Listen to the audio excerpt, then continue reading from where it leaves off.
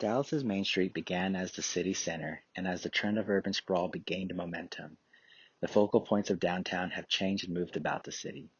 When Dallas decided to bring life back into downtown, as many cities around the country were doing, the Main Street district became one of the main areas to revitalize. Unfortunately, many of the original buildings have been demolished. As recently as 2014, a three-story structure built in 1885 was demolished at 1611 Main Street, just across the street from the Jewel Hotel. This is now the green space where the Eye installation sits. When this happened, many people in Dallas were caught off guard and felt misled about what the true plans were by the development at the time. This is Dallas, a city that doesn't listen to the people within the community, leaving only the heads to make decisions on the direction the city will go. This is a common trend across all areas related to Dallas city planning. With what few historical buildings remain, the way Dallas has moved to preserve these buildings is by having them turned into luxury hotels and overpriced apartments. Real estate has been the answer and driving force behind everything Dallas does as it relates to city planning. This isn't unique or surprising. This is how some cities survive. And perhaps if they had more of a rooted history and culture, the city might have looked at their historical markers as worthy of preservation simply for their historical significance. I imagine that this would be a laughable approach to the city planners of Dallas.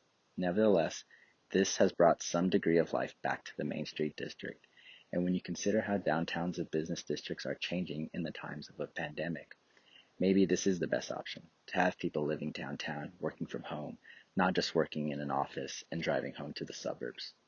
The Magnolia Hotel, the Titch-Goddard Building, the Jewel, and the Neiman Marcus Building are all historical buildings within the Main Street district that once served a different purpose, but are now all hotels or apartments. Back in 1996, only 200 people were living downtown, and with changes like we see with these buildings, downtown life has changed in Dallas. I'm not well educated or have the best opinions on what else could have been done, rather than destroying many historical buildings and turning the ones that were left into homes and hotels, but it all just doesn't completely feel right. I'd rather have a museum or even a school that somehow commemorates what was there before, so it's never forgotten. Seems like Dallas doesn't mind forgetting. Downtowns are changing a lot right now.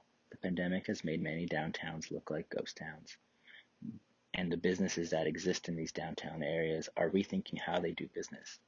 Dallas has seen several buildings, both historical and not, go on the market over the past couple years, one of which is the Bank of America Plaza, who had a buyer lined up last year, but the deal fell through. When the market in both the buyer and when the market of both buyer and seller seems to be okay, I think that we are going to see more changes into the design and use of skyscrapers like the Bank of America Plaza. After the sale of this building fell through, the owners let the tenants know that they have pulled the building off the market and plan to renovate the building. Most of the building has remained the same since opening in the 80s. Green spaces are more important than ever in urban environments, and this trend is something that Dallas has caught on to. Dallas is investing $17.4 million into several parks in the downtown area, two of which are within the Main Street district. The issue with these urban parks includes upkeep, security, and healthy relationships with neighbors. Upkeep and security are being invested to in these parks. Main Street Garden turned 10 years old last year, and there have been several projects to fix and upgrade the park. The real issues are when developers don't listen to the concerns of neighboring residents and businesses simply because they don't have to. When the residential building next door to the developing Bello Garden voiced their concerns with the park, when the park planned to build a 12-foot wall on the edge of the park, bordering the park from the condos, developers made no effort to work with the neighbors.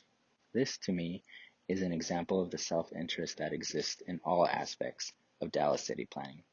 We learned a lot this year about both sides of this issue. The grassroots that don't look for the big picture, which can lead to slow or lack of much needed development, as well as when the planners think that they know best and only make situations worse in the long run. Finding a middle ground takes time, but it's important, especially in cases like green spaces and urban environments. Transportation within cities is always the most interesting part of exploring a new city to me. When I was a teenager, I would have my mom drop me off at the nearest BART station to her work, and I would ride the train in and around downtown Dallas all day, exploring every corner I could reach. DART was the first city rail line I really knew.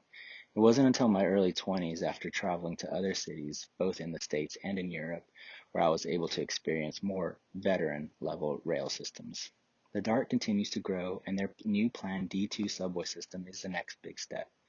The challenge is funding, but as the plan has been moving forward within the design steps, funding is looking more promising. I'm amazed by the process of getting a project like the D2 subway in the works. There are so many steps and hoops you have to jump through to get a project like this done. The subway will connect the Main Street district in big ways once the project is complete. And while the project looks like a great project for the future of downtown Dallas, the city also once thought that an underground tunnel network called the Dallas Pedestrian Network was also a great project.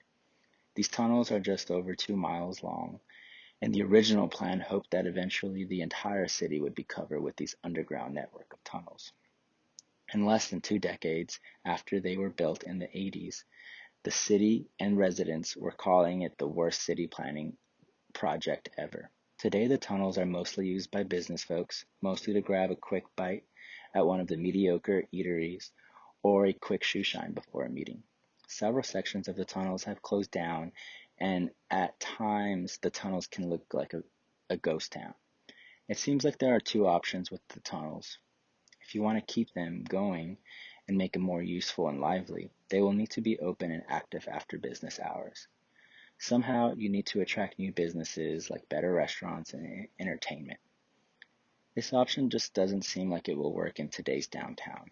The other is to do away with it and bring those businesses out from the tunnels and back to street level. Tunnels are good for places that have horrible freezing weather, not somewhere like Dallas. Though, as a teenager, I had a lot of fun exploring and roaming the tunnels. They equally creeped me out and intrigued me.